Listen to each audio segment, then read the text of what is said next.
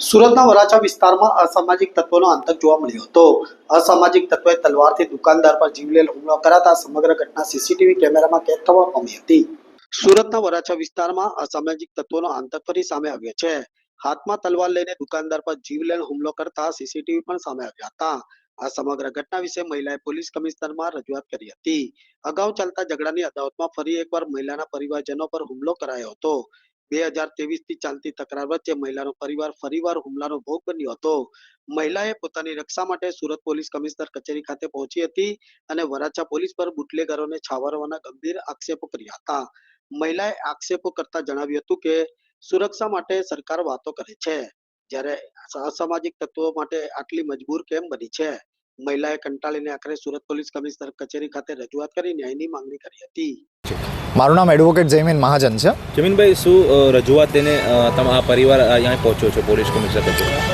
મારા અસીલો હમણાં આજે સવારે પોલીસ કમિશનરમાં રજૂઆત એમ કરી છે કે કાલે રાતના એમના ઉપર 4 અજાણ્યા અસામાજિક ઇસમોએ હુમલો કર્યો, જેમાંથી એકને આ લોકો ઓળખે છે, જેનું નામ છે નિખિલ ટકલો। હમણાં હાલમાં એક બનાવ એમ બનેલો કે પોલીસ કમિશનરે ઓર્ડર કરી મહેન્દ્ર ઉલ્ફે ગુલ્લુ રાણા એને પાસા કરી અને પાસામાં એને જેલ મોકલેલો હતો।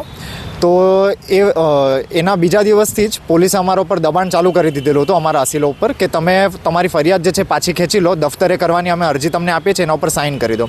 અને પોલીસ એટલી ફેસિલિટી આપે છે એ આરોપી માટે કે આ લોકોના ઘર સુધી પોલીસ આવી ગઈ અરજીઓ લઈને અને સાઇન કરવા માટે દાબ દબાણ કરતી હતી। ત્યારબાદ જ્યારે આ લોકોએ રિફ્યુઝ કરી દીધું આ વસ્તુથી કે અમે સાઇન નહીં કરીશું, તો કાલે રાતના આ બનાવ બન્યો કે એનો જે રાઈટ હેન્ડ છે નિખિલ ટકલો એ અને એના હાથેના 3 સાથીદારો એ લોકો આવ્યા અને આ લોકો ઉપર તલવારથી હુમલો કર્યો છે, જેમાં આ લોકોની જાન તો બચી ગઈ છે, પરંતુ અમને બહુ ગંભીર ઇજાઓ આવી છે। ત્યારબાદ આ લોકોએ હોસ્પિટલમાં સારવાર લીધી। હોસ્પિટલમાં પણ પોલીસવાળો આમના પાસે પહોંચી ગયેલા અને એમણે એમનું બધું નિવેદન વગેરે લીધું અને પછી અંદાજિત રાતના 2:30 કે 3 વાગે એક ટાઈપ કરેલી એફઆઈઆર લઈને આવ્યા હતા, જેના અંદર બહુ નબળી કલમો લગાવવામાં આવેલી હતી। ત્યારે આ લોકોનો મારા પર અડધી રાતે ફોન આવ્યો અને પોલીસવાળા સાથે પણ અમે મારી વાત કરાવી। તો પોલીસવાળાને મેં આ વસ્તુની જાણ કરી કે તમારી એફઆઈઆર મેં વાંચી છે, એફઆઈઆરના અંદર તમે અટેમ્પ્ટ ટુ મર્ડરની જે કલમ છે એ નથી લગાડી, કારણ કે 2023થી આ લોકો ફરિયાદો કરે છે કે અમારા ઉપર શું કહેવાય જાનલેવા હુમલા થાય છે, અમે લોકો અનુસૂચિત જાતિથી છે, અમને આ લોકો જાતિ પરથી ગાળો આપે છે, અમારા સાથે મારપીટ કરે છે અને અમને જાનથી મારી નાખવાનો પ્રયત્ન પણ કરે છે। વધુમાં આ જાહેરમાં આ લોકોએ ધમકીઓ પણ આપી છે, જેમાંથી એક પ્રયત્ન કાલે રાતના કરવામાં આવેલો।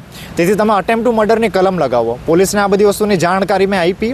પછી સવારના આ લોકોને મેં કીધું કે તમે સીપી સાહેબમાં જઈને રજૂઆત કરો। આજે જ્યારે સીપી સાહેબમાં આ લોકોએ રજૂઆત કરી છે, તો અમારા પાસે હાથથી લખાયેલી હવે એક એફઆઈઆર આવી છે, જેના અંદર સેક્શન 109 ઓફ BNS જે અટેમ્પ્ટ ટુ મર્ડરની વ્યાખ્યા બતાવે છે, એ અટેમ્પ્ટ ટુ મર્ડર જે છે એ લોકોએ એ સેક્શનનો ઉલ્લેખ હવે જઈને કર્યો છે। તેથી આ વસ્તુ ખબર પડે છે કે આ બુટલેગર કેટલો પાવરફુલ છે અને પોલીસ એને કેટલું સપોર્ટ કરે છે। કયો વિસ્તાર છે આ? કોઈ પોલ્યુશન લાગે છે? આમાં વરાછા પોલીસ સ્ટેશનનો વિસ્તાર લાગે છે।